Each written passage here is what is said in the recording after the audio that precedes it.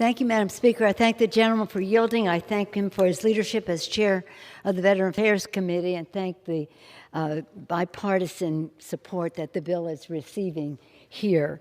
Madam Speaker, I rise today in strong support and a landmark honoring our PACT Act. As you know, PACT stands for Promise to Address Comprehensive Toxics Act, now named after Sergeant First Class Heath Robinson, and I'll talk about him in a moment.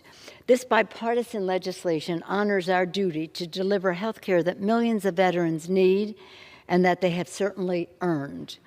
This is the second time the House has voted on this important bill, and we are proud that after the Senate passes this version, we will finally send it to the President to be signed into law. For their relentless leadership on this legislation, let me salute Chairman Mark Takano for his ranking member as well, who've made addressing toxic exposure a top priority in this Congress. Thank you, Mr. Takano. Congressman Raul Ruiz, whose experience as a physician and formed a key provision of this bill establishing presumption of exposure, and Congresswoman Elaine Loria, a Navy veteran, who authored a provision expanding health benefits to veterans exposed to burn pits.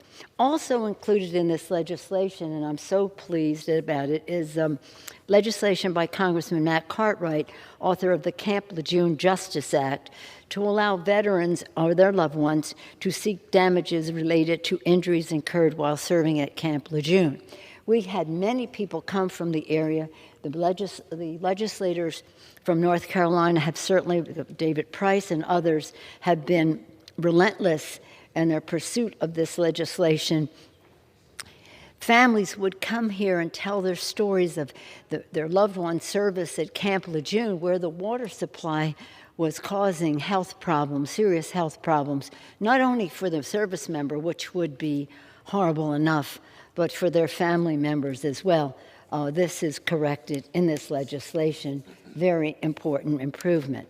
From the deserts of Iraq to the mountains of Afghanistan, on the bases and military theaters around the world, a generation of courageous Americans have donned the stars and stripes to protect our freedom. Those heroes have put their lives on the line to fight the enemy. Yet, tragically, many have confronted another deadly threat: exposure to burn pits and toxics, which have taken a severe toll on their health. Make no mistake, burn pit exposures are pervasive. 86% of Iraq and Afghanistan veterans report being exposed to these toxic fumes. I don't even go into what's in these pits. It's so disgusting. But they are deadly. The VA has seen over 60% increase in rates of cancer tied to toxic exposure in the last 20 years. And when these veterans come home, they're forced into a convoluted claims process, which cruelly saddles them with a burden of proof. And nearly 3/4 burn pit-related claims are denied. Think of the injustice of that. Tragically, this problem is not new to our nation. Many veterans of the Vietnam War were forced to wait for 4 long decades before their exposure to Agent Orange was recognized and they could claim benefits. And this was, of course, addressed with the Blue Water Navy Vietnam Act that was passed by the Congress in 2019. Some Agent Orange provisions have been in subsequent NDAA legislation. I know this issue well.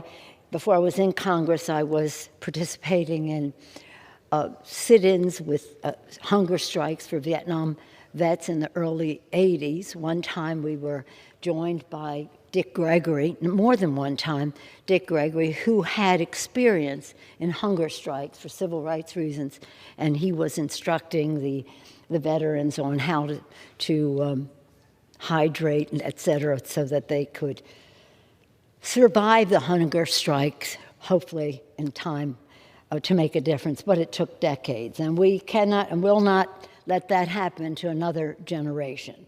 There are potentially up to 3.5 million veterans deployed after the attacks of September 11th. 3.5 million deployed since September 11th, who may have been exposed to toxic fumes and substances, and we must act now to save lives.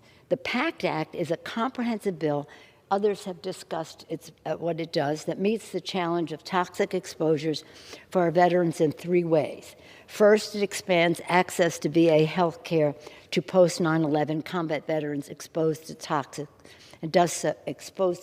Second, it grants presumption of exposure for veterans with rare cancers and COPD and other debilitating diseases. And third, it creates a permanent streamlined process to ensure that future secretaries will review and approve new exposures swiftly.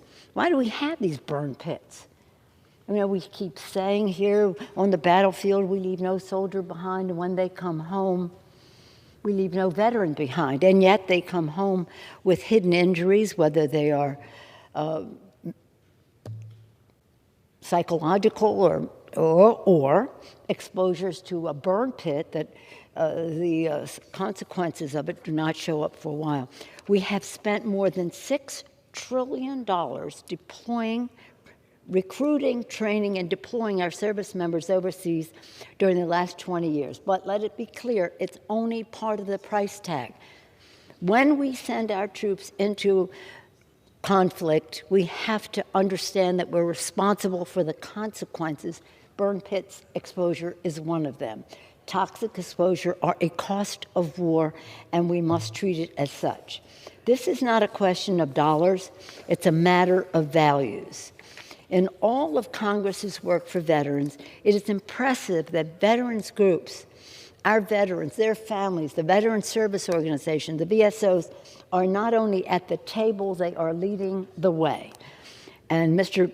Takano has been a leader at that table for years. And the overwhelming support of the VSOs, especially a group now called Burn Pits 360, was absolutely crucial to crafting this bill, steering it through the legislative process, and securing its passage in the House today. And they also, I've quoted Lincoln over and over again. Lincoln said, public sentiment is everything. With it, you can accomplish almost anything. Without it, practically nothing. Well, our veterans caused public sentiment to be aroused to such a point that here we are getting this done. And they enlisted John Stewart and John Field, 2 people who had been there with us on the 9/11 health benefits for people exposed at the time of 9/11, and they have been real champions in the public visibility of this issue. Yes, to help mobilize support for us to pass it, but to give hope to people who have been affected to know that there's a chance that this can be accomplished. So thank you, John Stewart, and thank you, John Field. At the same time, it's great pride and patriotism that the PACT Act has strong bipartisan support, backing worthy of our heroic veterans. The Congress is also grateful to Secretary McDonough of the VA and the entire administration for their support. I thank President Biden for making this a priority in the State of the Union address, especially when he talked about his beloved son, Beau. Madam Speaker, since we passed the PACT Act, it has been named, again, as I said, in honor, it has a new name, for a veteran we lost in toxic exposure. Sergeant First Class Heath Robinson was exposed to burn pits when deployed to Kosovo and Iraq, and afterward battled a rare, deadly lung cancer. Sadly, he died in 2020 at just age 39, leaving behind his wife and daughter. Today, in his memory, we redouble our efforts to ensure tragic stories like his can never happen again. His is representative of so many other stories and the toll that this has taken. Again, we say this when our troops go to war on the battlefield, we leave no soldier behind. When they come home, we leave no veteran behind. Our PACT Act is an historic victory for our veterans, for their advocacy that honors that pledge now and for the future. With that, I urge a bipartisan vote on honoring our PACT Act. I hope it will be almost unanimous, and we look forward to seeing it swiftly passed by the Senate and signed into law by the President. Again, with gratitude to Mr. Takano, I yield back the balance of my time.